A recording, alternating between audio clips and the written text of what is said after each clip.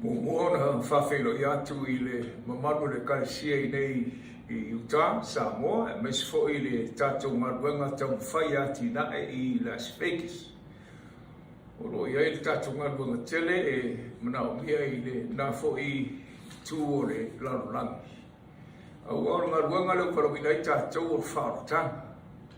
E tātou o auna peo ke viso, peo Yesu. Lau whai al tātou tara. Lo mātou ta mai, o le langi nei tae ao whanga e tia lava o mātou. Loto ono o mātou suesuaina fwoi le nei le sono, fwoi le nei fwoi kwata. O le au nātu lea peo ke riso, peo Yesu, mātou te talo ma o le atu mwhamau laro mo le mana o le ngāpa ia, mātou te le fi se loa au noa mare. Te inga la ngāpa ia, ia vei mātou ni whai aonga ma nisi a o ina ma whautu atu lau ngā ruenga I le tō tele o I la tau e oro whafo mai. Whaftai mul manuia oro e whamanuia mai e te mātou mo pe mātou maru sultino ma whau maranganga I le swafa pele Yesu lo mātou ni whaora. Amen.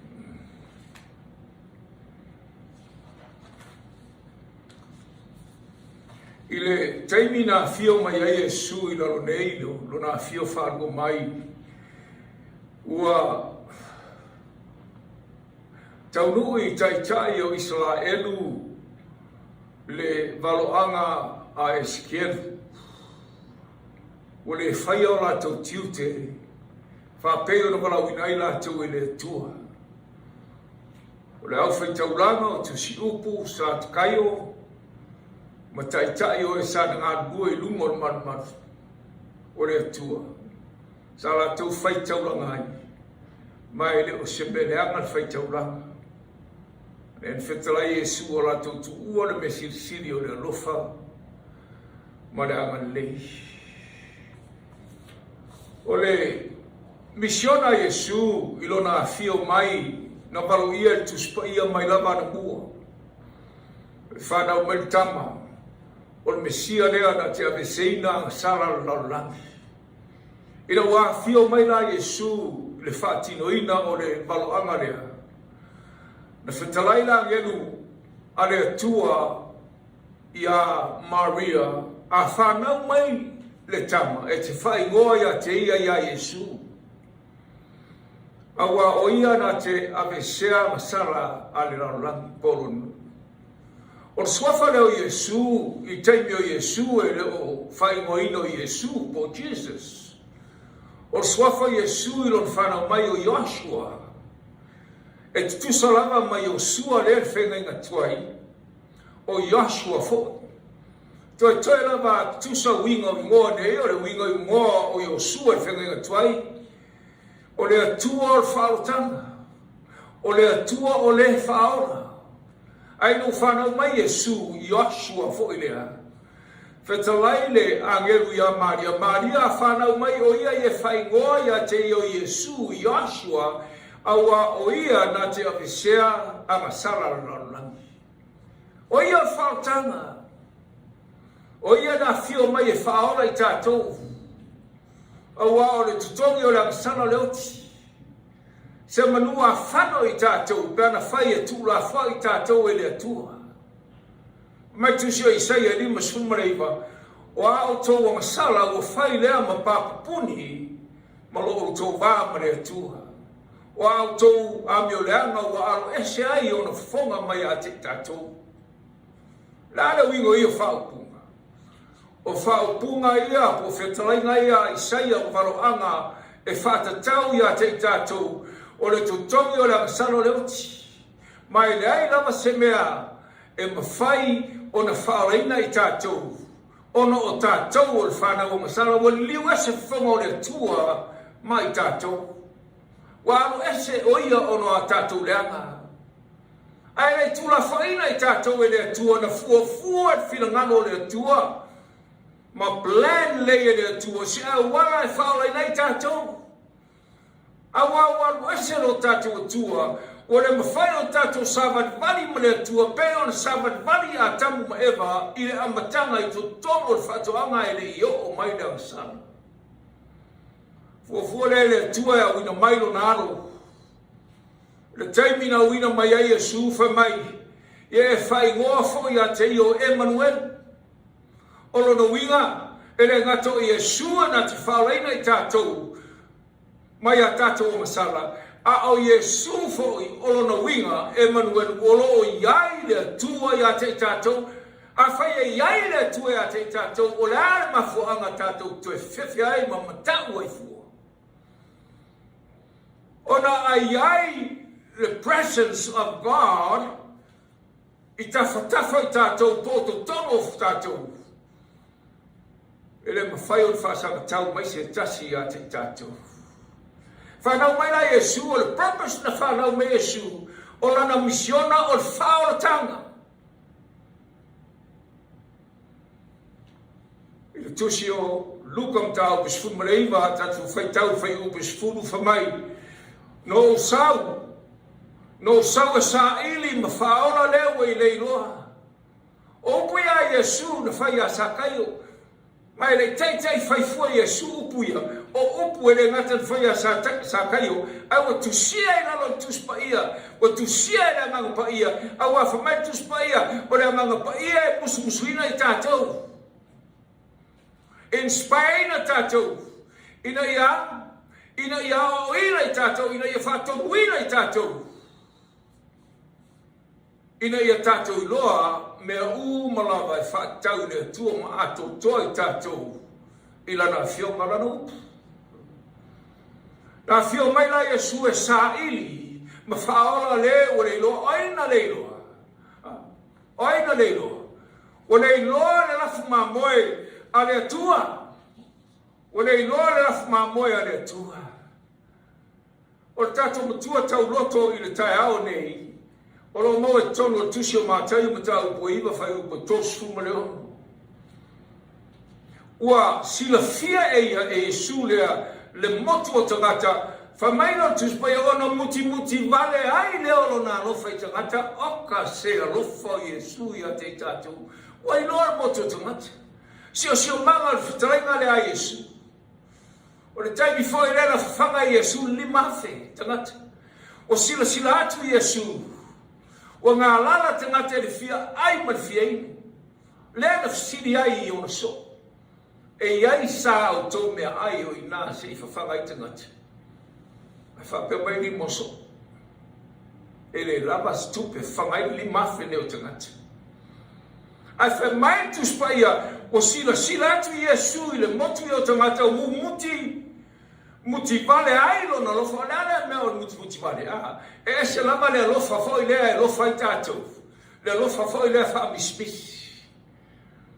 Le lofa e na o tato upu, a o le lofa whatino lea, o le lofa lea o compassion lea tua, o le lofa lea te ua a kapelo, le lofa lea na foai mai e le tua lo nalo pele tu tasi nei. Ina o foai mai e le tua lo nalo pele tu tasi, o foai mai e le tua masasa mai le langi atoa, wai le eise si me pele. I le tua, I le olona atari o Yesu. Whapea lava o nā alofa mai le atua I le laulangi. Waia wina mai lo nā atari I pele tō tasi. Ina ia le whano se tasi e tali tonu mwhatua tua ia te. Le laulangi atoa. Wama noa I whaona tanga le atua. Ele a wina mai o se tangata tō tasi. Ana wina mai a sumo le laulangi atoa. Malanga sala. E le fatua oia e le tua lona lofa I lea I tua inga po le alangu po le alafa e alofa le tua I tangata malava ma o momoanga langi na saa mai ai mea malava langi a fia I ma Yesu ina ia ola le tangata I le ola e whaava o le purpose na le tua ane whamaitu spa no sawe sa ili le o le iloa ma whaola le wala le loa. E fio mai Yesu le taimi na fio mai ai. Ua alo ese tangata iutaia, ami tangata itai o iutaia, malo iutaia. Mai tangata ngasala, ma tangata mamai. Ta waso pili mumutu. Mai si lava tuai ngā mai. Wa ino ia tai o Israel, o la tau ia sai totoro o maru le tuo tai o malo Israel. O le fai goina sa o vai fai ngoi la tau. O la tau o leo ma moe le tua. Ale sa o tatou ma. O muti valero na alofa i tangata. Ia te la tau, ono ua lai loa i la tau. Ma tu la fo ina i la tau. Whapei o mā moe, o le eiso lato leo mā moe. O le concept leo mā moe, mā moe, o le mea lava mai, i le whenga inga tuai. O le mea lava mai whenga inga tuai. Wa fio mai Yesu, o te le aise taimi, o te ngata nei whai tauranga, sa tukai, tusi upu, lato umana whai tu whinga maurunga. E iaiso lato manatu alofa, I tangata mamai, ma tangata ua agasala, ua lo pala I agasala, ua lato ino I ai whaimai, a whai lato te, e pipi I ai whaimai, ua pisia I lato I mea. Fio mai Yesu, mai tuspa ia, sa mingo whatasi Yesu, tangata agasala. Mingo whatasi Yesu, tangata agasala. A tatou suel tusi o mātai o mata au koiva.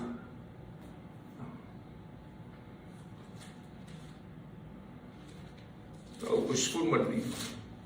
Tatou te mau aisi tala I whaatau I lei. I le lofo le tua.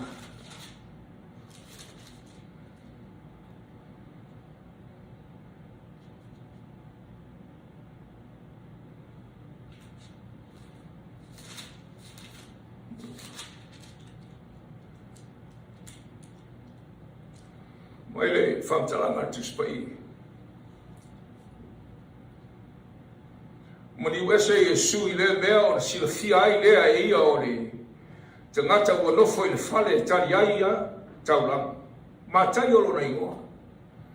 Ese mane, mana ia fu o le whatusa Yesu lana misiona I laro nei. Le ngata na fiu mai Yesu e whaola ma, su e le o le iloha. Oi la le o le iloa. Mai whamtalanga tuspa I ono muli ai, ono muli mai le ia tia. Ia tia. Ino walau e Yesu sa kai o muli mai tia. Tua o mea nai whai. Sa tai o te lona. Wa, e lua te lona I tono tuspa ia le tau mai. E le ngata o sa kai o au mātai o. Mai tele isi te lona sai ai. Te lona o te ngata na aro ese te ngata I utaia. Mai si ata I ta. Ua le manao I lato e pisia, ua whaatawhatafa ia te I lato, tō te mantuaina, le anganga sai tangata ia. Ua mua ona lato no nofo I lunga, o mea mau lunga, a le whitala Yesu, aua tau te whaawao ia te I lato. O lato ua no nofo I lunga I nufoa mosi, I ofu talaloa, ofu matangofie, wha mau lunga, manatu mau lalo I tangata. Lato fa a benga. Tu rola fa bangalo mai. Fa a benga I lungo tangata. Ana benga lato te le mwhai o nā moina. Fa mamafa I tala fu tangata. Ma mea o mai il manu. O na lato tango fileo ua tanga nā mea malama. E o I mā moe ua silia. I leo o sifuma lima afe mā moe whamai ripoti e fasi e whaitauranga I taimi o Yesu. I le aso ono o telo tangata sala e o mai e whati e tia o lato lima. I lungo o mā moe ma tau a lato o masana. O le taimi lele I maniu Yesu. O la wala nā le atua mai lava le whianga inga tuai. Ka mai leo whamtalanga al tuspaia taluai o la uli le ua alo ese mai tangata masana. O la toa leo mā moe le atua, au la tau le whangaina, le lafu mamoe a le atua e tusai ma wala au na wala wina i lato. Fa pefe ta tau i ona poni. Tau tala fo ia ui a tia. Isi taimi o tfano noa a tia ua o te leo whaia le mea siri.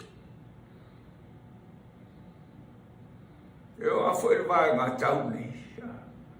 O fia o atu e asi mamoe o le kalesia le tua au le whai ono le whama. Ai na kori ai.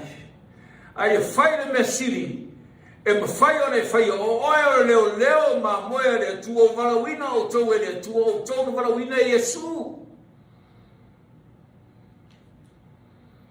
E whai ngā ruanga le tua.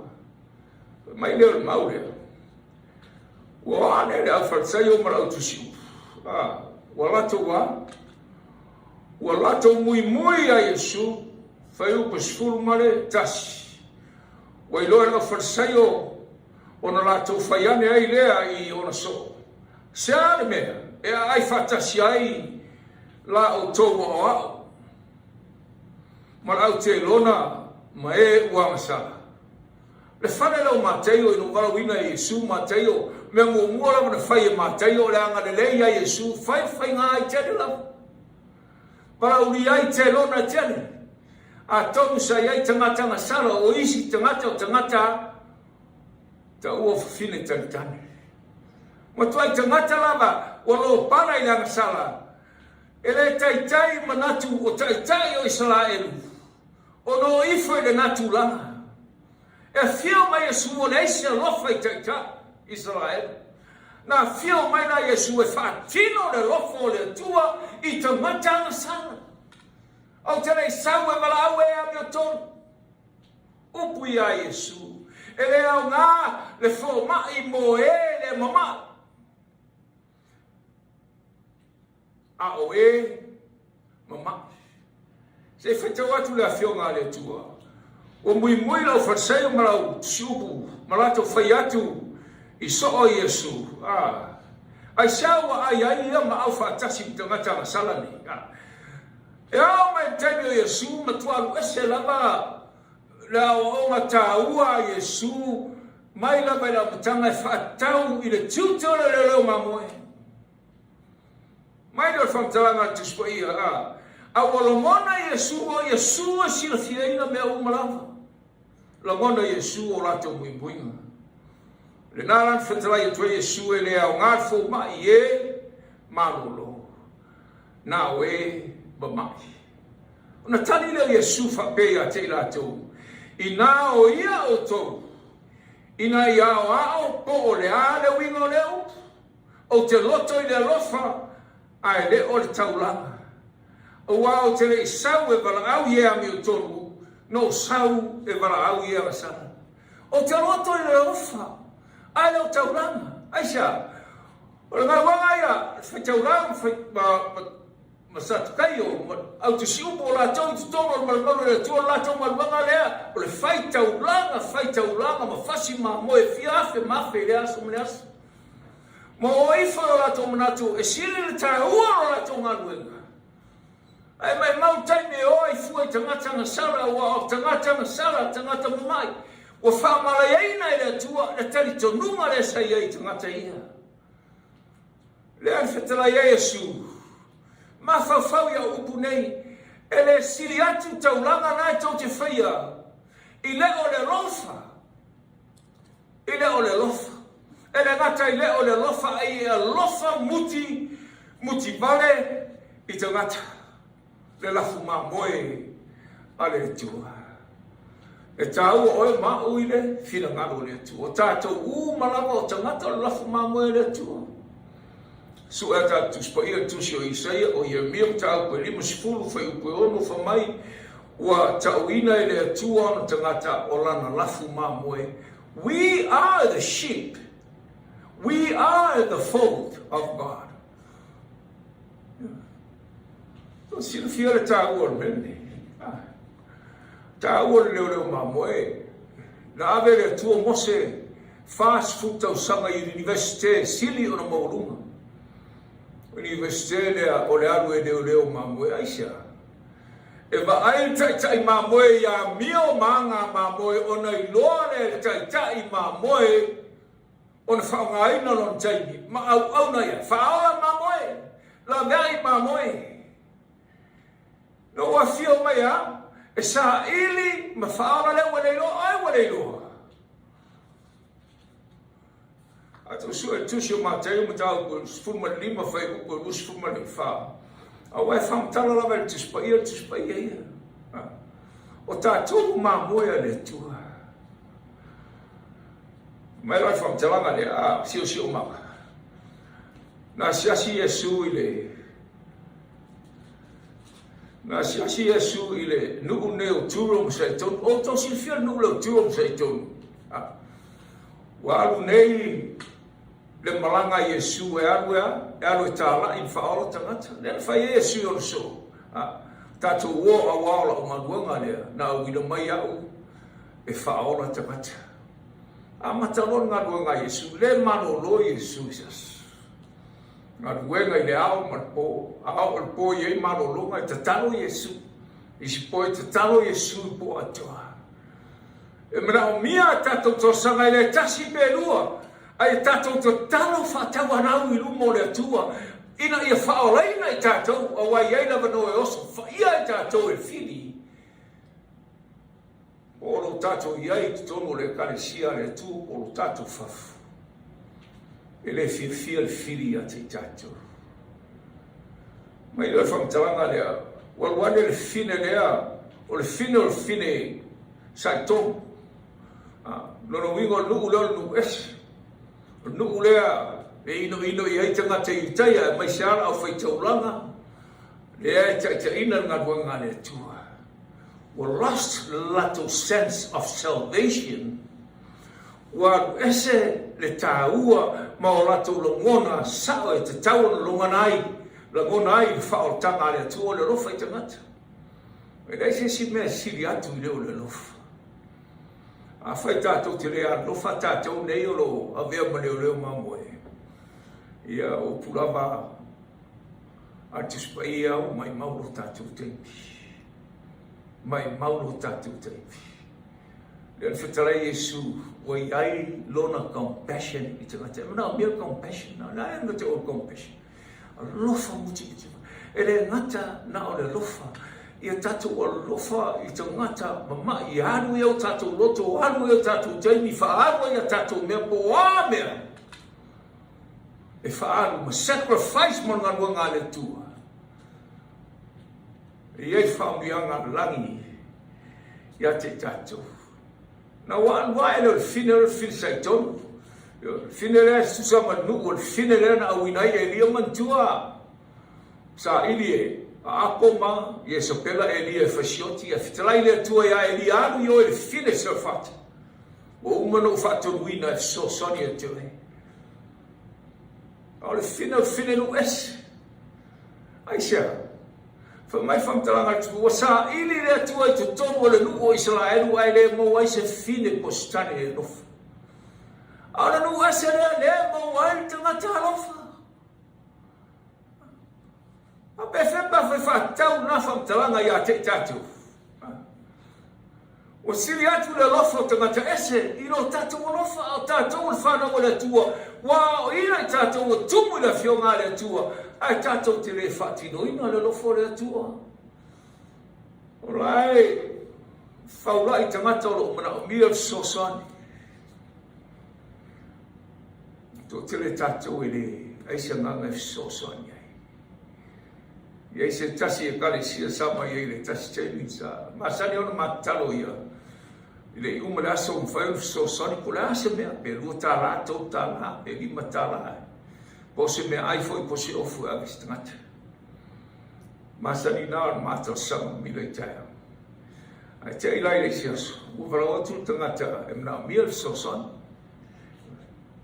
ia o tangata rā lea no whata o tofu te foina i tā ue le tua o tangata lea e mate le fia ia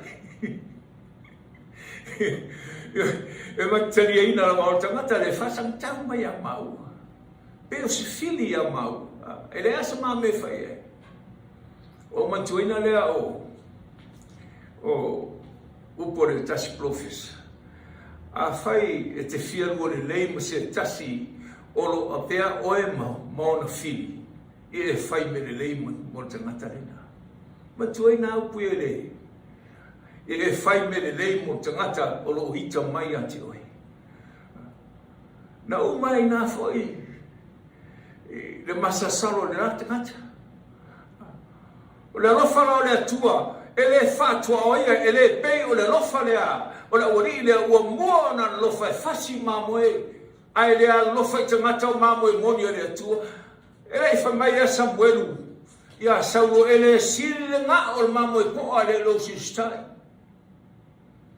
Ele siri le taulanga i leo leo sistai i le atua, le leo ingo ia whau. O poa ia tangata whenga tuai whai taulanga. Sunu mamoe fa watu le manongi o le asu o le ngā o le mamoe lumo le atua fa mai e fia le atua i manongi o ngā o mamoe fia le atua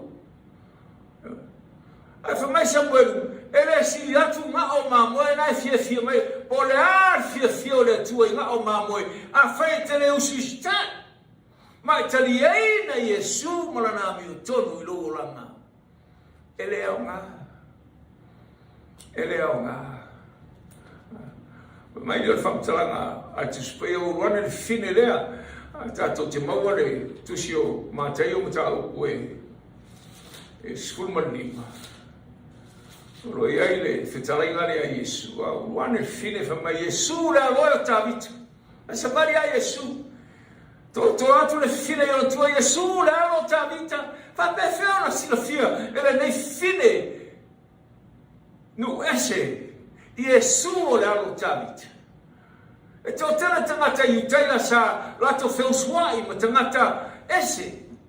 A whewswai na i utaila ma tangata ese. Wa a vea le tangata nama tangata i utaila. A o le atua le whatua oi tangata. A i steme to whainai tātou e le atua watu le fine a sapari pēa Yesu.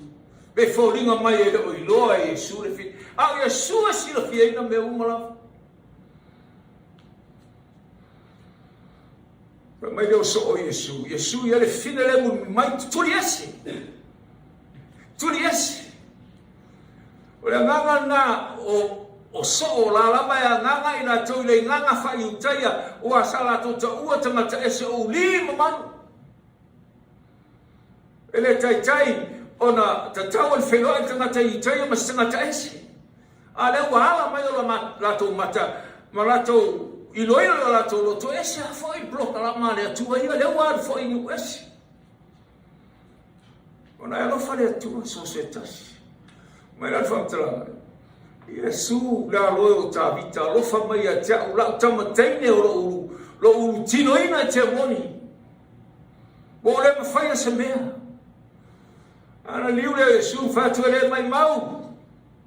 Pe nina i iuri. Tari na Yesu. A Yesu o te tel tonu.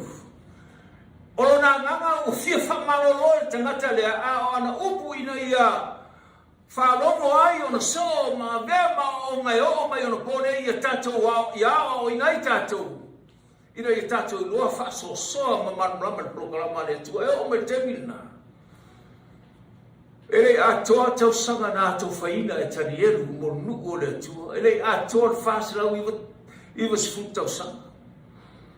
Pa mai no talia a Yesu, o tele i sau, i nisi. Ai no sau, mo ma moe o isala eru lava ia ua le iloa. Whawhonga o tau, ma moe isala eru ua le iloa. O Yesu le leo ma moe. Na malo ia mai eskeru. Na fina ngalo le atua, e au ina mai le alo tāwita, o ia leo mamo, o lana leo mamo e tasi lea. Tasi al leo mamo e.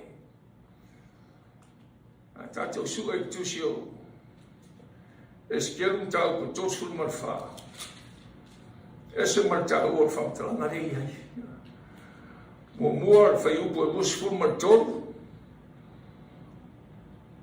O whatuina fo ile ma moe tasi upu ia le tua ia te ilatou Nā te whangaina I rātou au no tā vita o ia, nā te whangaina I rātou e whaifoi o ia, ma leo mā moe ia te I rātou. Wā whiau mai na Yesu, o ia o leo mā moe siri. Ranga leo mā moe o le whaola mā moe. Ala whitawai Yesu tau sfuma limo le tusi o luka. O tauna, tau tere mā mlama I lau misiona.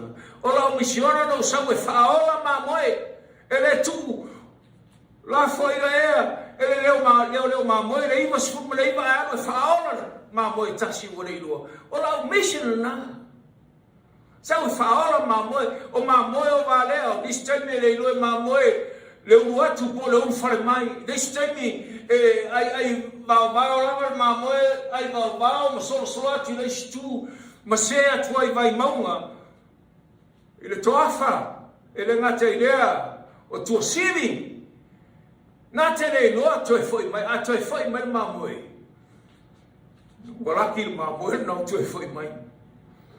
Au saonga, e le loa le mā moe, se au wala toi foi mai ai. O le mafuanga nā whamai ai, o ane tato tūla fo ina mā moe, ai tato oe sa ili la tau e o le loa.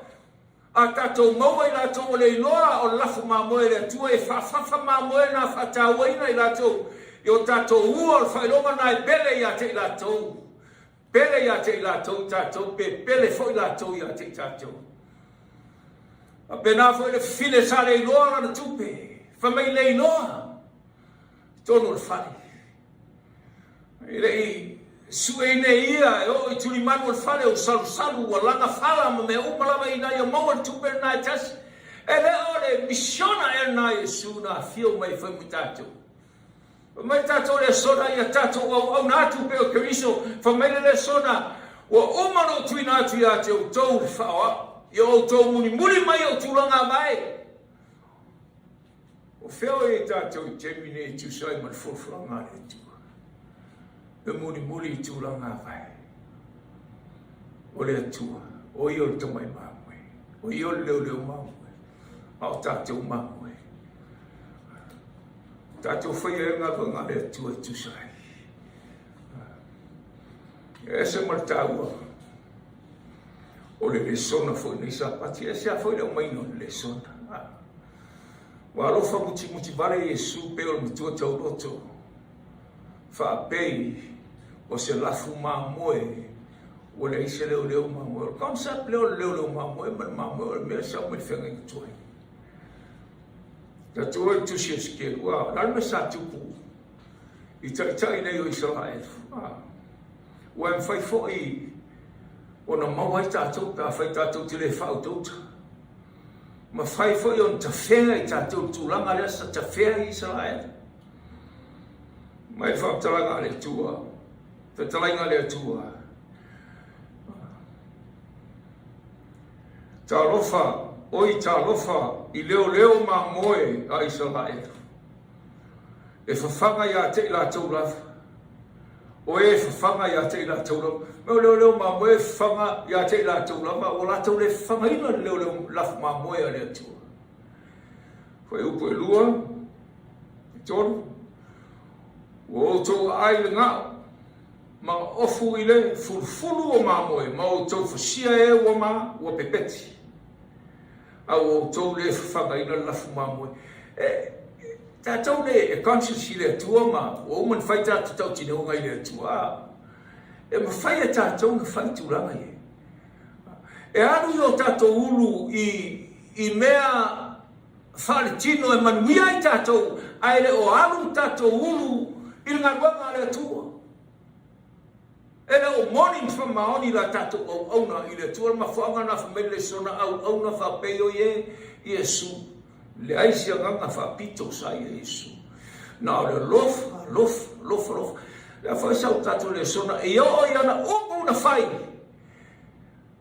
Nā te le I sona whaia se upu I se tasi. E whati ngai se roto se tasi. Fine. Tari sa mau o Maria. No mai tangata o sauni e fitongi ma. Le nganga leo tangata. Mai sia tangata I Israel. O e na manatu whamau lunga ia te la. Tō tangata ia na o mai e. e moria maria a tonu na iai faitaulanga ina alo latou lama ia Iesu ma mui Iesu o latou leo mai talia Iesu a vea mari faola ma whaafitai ma venga na whaia e Iesu au o latou mai e whai se me lama Iesu e mau e whasa tau a Iesu mai mose e fitongi ma latou upu lea mai mose e fitongi ma tara Iesu e se tasi o to e leisa masala mua tongi le maa to e ilo la to o latou lotu to e whaasinia a tonu na e foi nisi o latou na hoa feo sua i maria o latou la ngonaina a leo tupu foi leisa tangata o latou hoa o latou o tuai ai tuai o leo mai al tamaloa na masala maria a o mai maria le fine inosia e latou ia tangata masala o le anu whaia ai no latou misiona na mai lo whamtalanga tu spa ia o tau whawhanga ia te o tau a o tau le whamalosia e o vai ngarua ngara rafu mamoe o ia leo mamoe o tau le whamalosia e o vai o tau le whamalolo i le o mai o tau le fusia foi le o mau o le o tulia o tau le toe au maia o le o se o tau le sailia a ua o tau pule whamalosi ma whasaua ia te latou o latou angau o latou le fusia leo mamoe le na whai e Iesu whata oto i le loia le na nuatu o ai lo tuaoi pe tala Iesu ma whaapatala nel Samaria amanle sa saustanga ta ese saua fasi lau whaumea abe na tupe abe na lamalava o na la e tau o na saula whaitaulanga sau salavi o la ua neo whaitaulanga salavi o la ua e ngā ruru e fasinga mamo e te tongo manu le tua o la ua nei o tumunga i o la ua le tua la au salavi e o mai whaatino whaingo taulanga ai siri o na monga i la tau ni lofa i tangata i a mamai mangsala mai la tau te re whaia le na whaata Iesu sau salavi al saola sau whaitaulanga te batu al saola e le ei so la o teimi e ino i tangata leanga ma tangata ua fasia tangata manunua tangata pipili poaila ma tangata e le ei se so la tau e fia i mga narawa sa tasi tolo la tau lava ai au tangata ese le na tani e Iesu le fisiri aleluia o ai la tangata ese o ai lo tua oi trai Iesu lo tua ai lele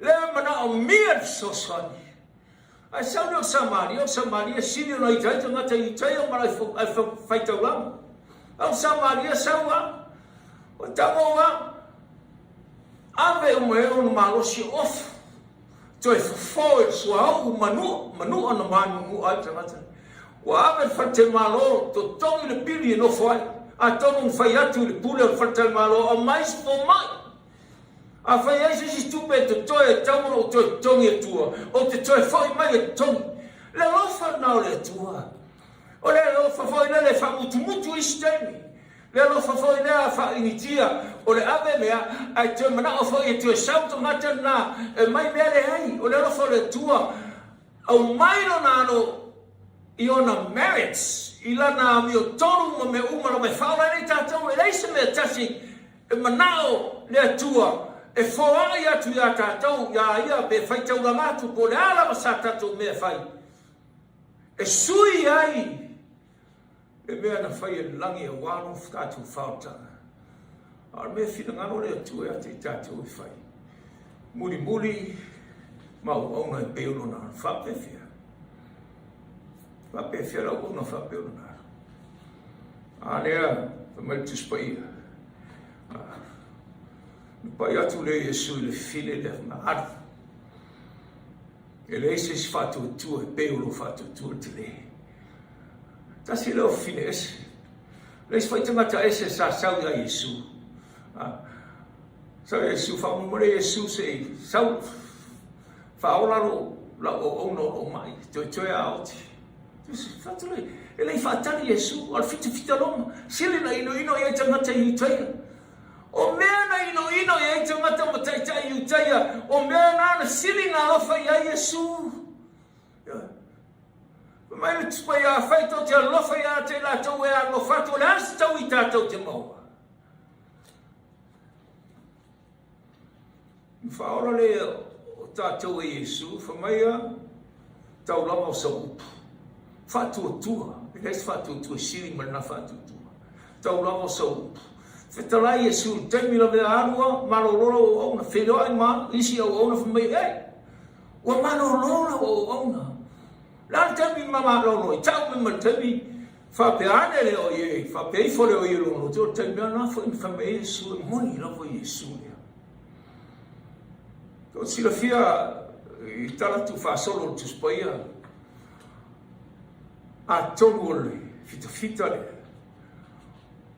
fita fo ile a sua fa ya konilio le na fa tu ile tua le na o ina I pe te luna inga fa ai sia la mai tau ele tua ngaluanga lei o le fita roma whamai o tangata sa tele o tau langa I tonu I le fausia no sunako a le tua o tangata ese mai ana tupe whae ngaluanga a le tua ia ni se tātou ina tātou tupe a tātou lima la mo uma ia tātou mea le ami whae ngaluanga a le tua te le la ia mea sau tātou le sona mai la tu spai o le leo ma moe o le tangata rea ngā te fosfam tangata misiona na fio mai Yesu e whai gano nei lukam tau pe whalo wheu ku sfuma le ono tau lalo sfuma le valu whamai o foi o ia I Nasareta o tupu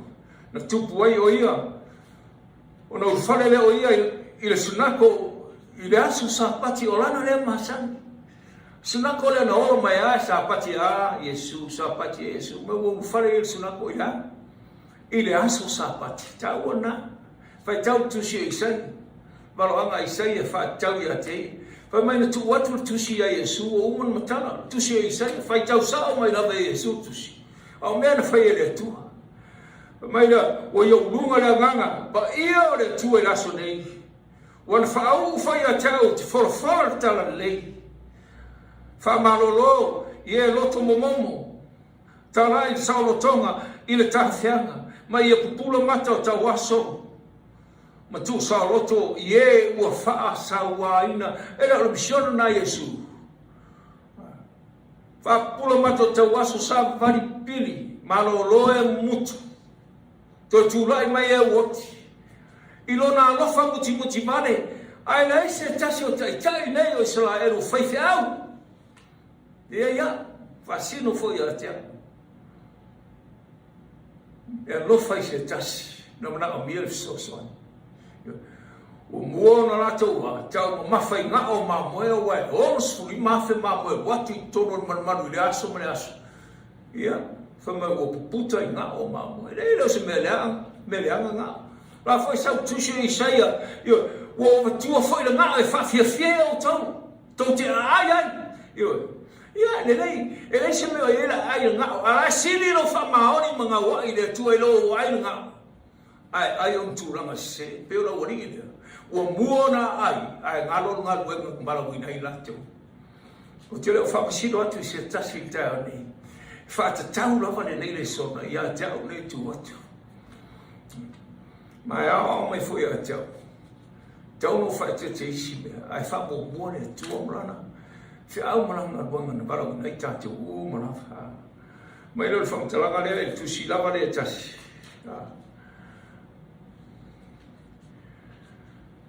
o fata ape ina fo ila tau ina ore ai se leo ma moe na fai fo ila tau ma me ai ma manu fe ai o malanga e fitla Yesu fo leo ma moe moni leo ma moe le E ai sa mamoe lo isi lo toa. Fetala ia si utemi le a. Sa ia fo I mamoe le tua tono le li o le lau fai tauranga. Mantua rena.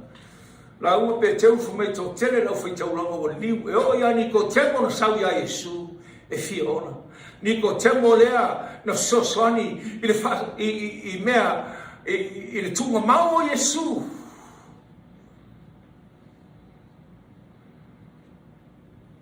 Tēmi na maliu a Yesu. Ni ko temo le ata leo tangata fai tauranga na liu mai. E leo fai tauranga malan whale to. E fai tauranga na liu mai ono le alofa Yesu. Malato muri. Ma whao wao mau au na whapeo la au na Yesu. E mnao ono o tatu tepi. Tusi o Filipi o lo whaata mai ai. Filipi mtao pu e lua. O lo whaata mai ai le ngā luenga Yesu na whai mui tātou.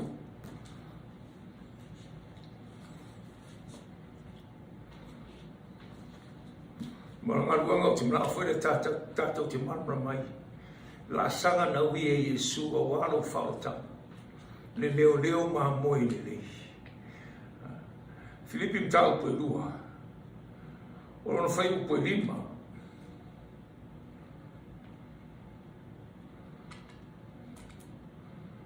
Tau whai upo iwa. Whai upo lima tau whai upo iwa. E iati au tō whoi le alava manatu sa Yesu Keriso. O le luinga le a te tātou.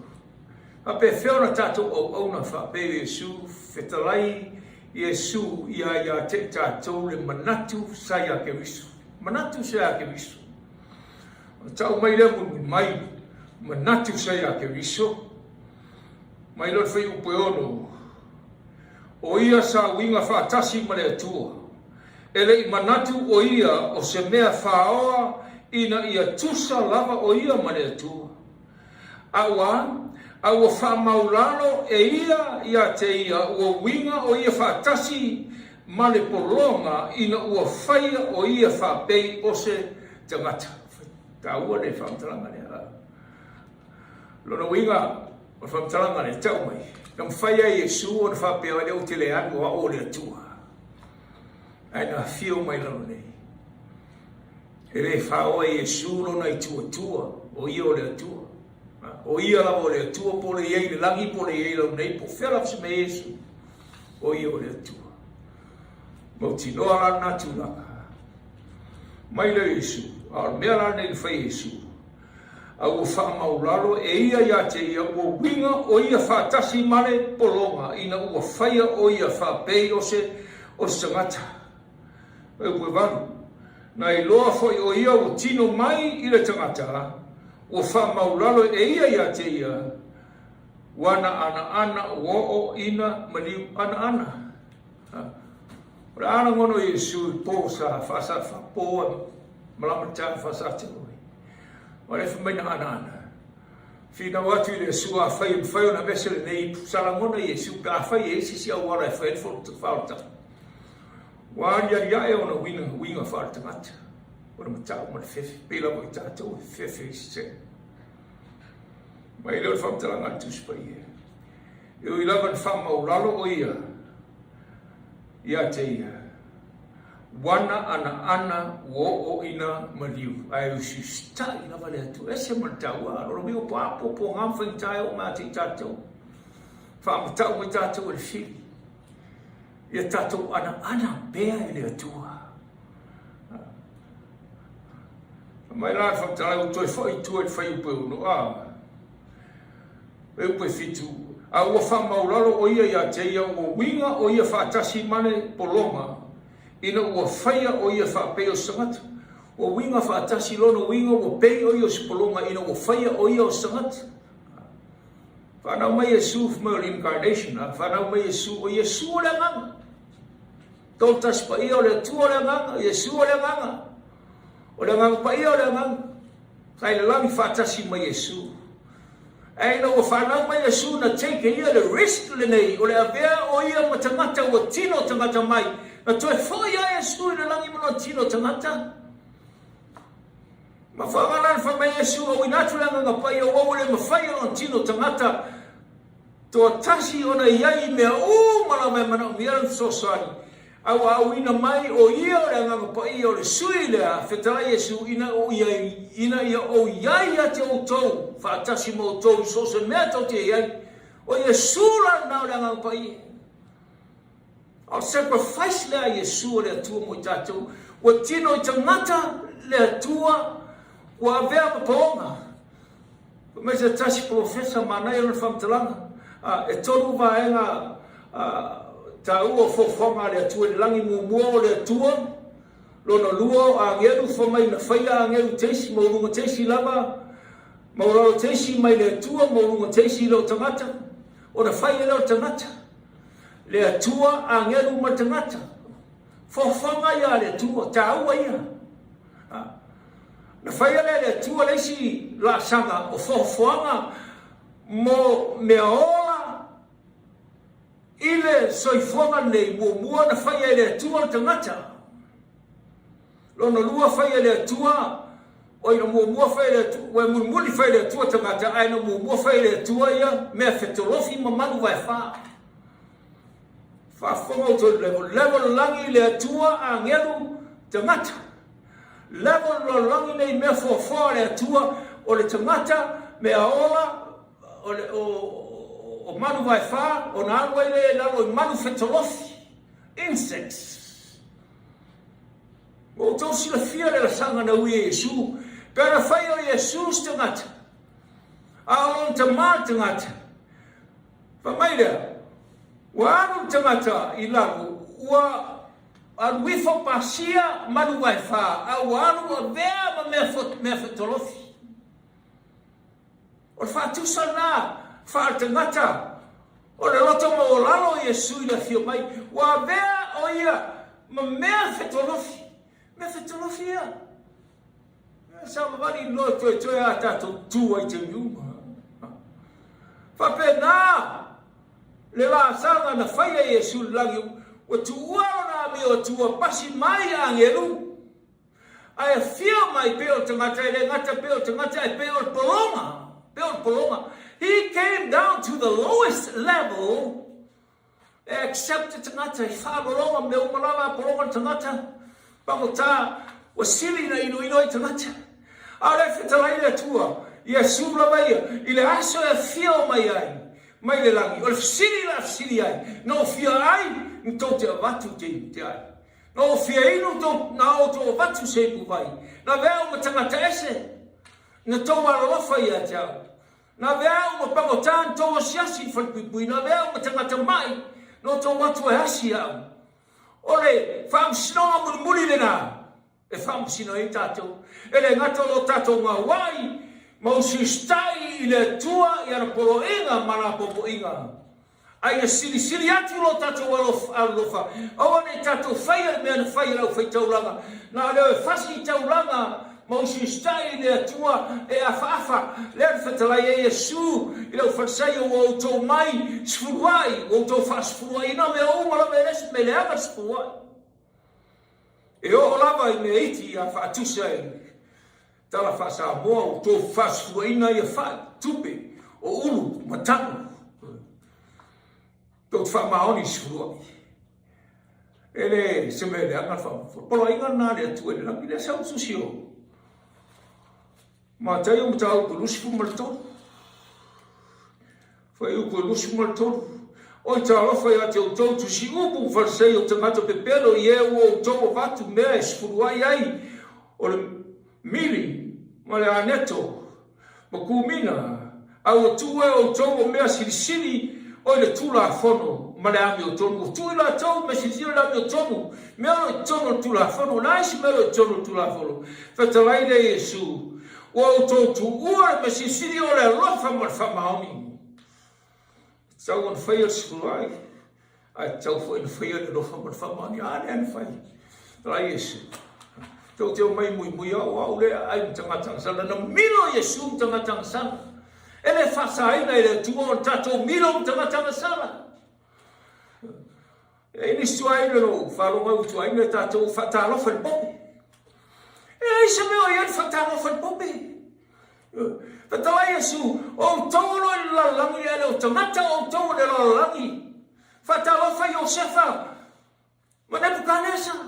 O ia palmia, fe ngai tano ya so malaba. Ai ne ver tu langa le na. O palmia I tolo no ese mame ngano ai le tua. Le ai na fa mo mola vai le Danielu ia le tua.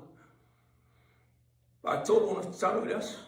Ngalue lo vai tolo malo le fa po pau ai le ngano le tu e fa pena foi tatou e tatou oi me ai tangata po tangata na sala po tangata ese ngaruanga ai ese kalesia tatou te yo oi ai tatou milo fa tasi malato ai o nei ngalo ya te tatou le fa na o le tu mana o tu mal ma fuanga tatou e fa tasi na e mo se ora e tatou te whaare tu Yesu me Yesu o tō masimo lalangi malama lalangi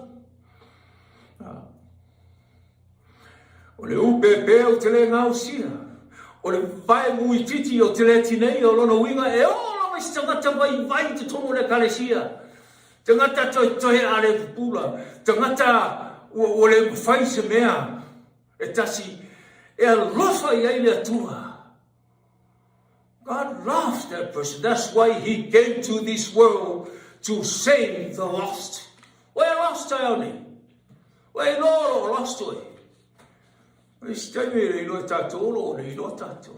Wa sala tangata umala por ei tomo le kalesia le tua. E fai lo ona ele I lo ai to. We in fama mo ona tu foi mai ai tau no mai tamu atu tamau opo mai e se lo fa pena ia te tatu le lo fa le na fa le langi e tau na le lo mamoi tau ia Yesu manao filangalo Yesu ia be tatu mo le lo mamoi moni ma fa maoni alo lo fa tangata mai tangata tau waso tangata o le ai ni mea a mo se va no fa le sosoni ai tangata sosoni ele tei fai foi Yesu ia Peteru lato fama vaenga ele fia Yesu langi Peteru e te lofa ia tau fanga o mamoe Peteru e te lofa ia tau fanga o mamoe fa tolu lei fanga o mamoe a fa tolu se fama mafaina se tasi se mea tau tala tua ia tioe o sfautua o lona winga e taua I le tangata dena le fatonu manesa na fanga e Peteru ma io na maliu lava Peteru no fanga no mamoe na si se tasi tangata no iu mai la ma fa fai fau sili lo se tasi fau o la sa me fai me mo e fai ma se me lo no lua po se me lo ton fa tu lo tangata nei o la me mo la ti na fai o fiaru ele o le mamoe le tu Alan melon, mal melon to, leo foi ma moeda tu. Alan melon to, leo ma moeda tu. Va tole, aisha. Ona ya lo fong taua, yo lo tangata. Fa popo ngatia, fa sawaina, fa lengaina. O tangata na tau tatu alo fai. Fai na tatu alo fai e alo fo mai ate tatu ma. Pala au tatu ainga. E o mai se ainga po seala. E le au kānau, whanganau tātou wara winga si tangata ese. A maua le wano, tātonu e le maua wano ume whai e tūlangana.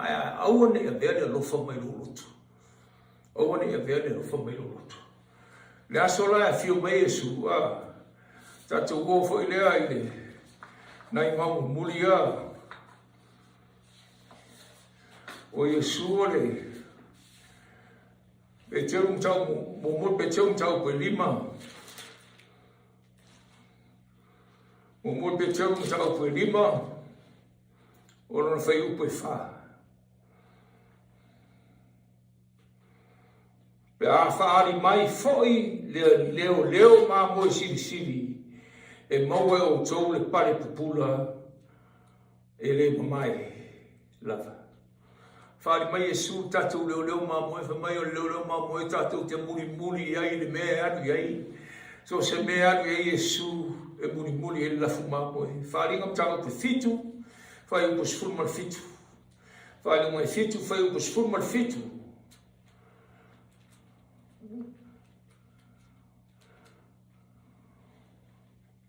Leo pipi il mele se on sai me la vese ponetas.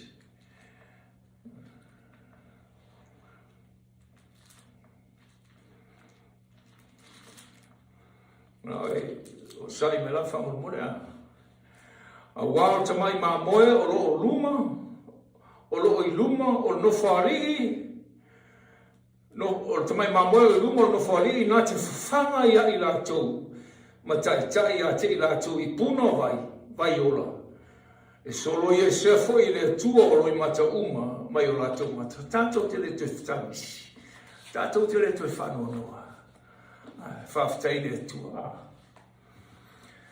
ia vea tatou manisi o nisi e whaawao mau ona e peo lau ona Iesu. Tele o mau tuspo i alo whamtalaisi mea. E no mana au fwoi le whaama mawhatu i a teo tō le lofa. Awane e a vesea le lofo le tua i a teo e. Tele o teime le moe tatou sa no e whatino e lo tatou o lofa. E a moa le wanoa sa sao mai ilo lotu. Whamanuia le tua i a teo tō mi tae. Amen.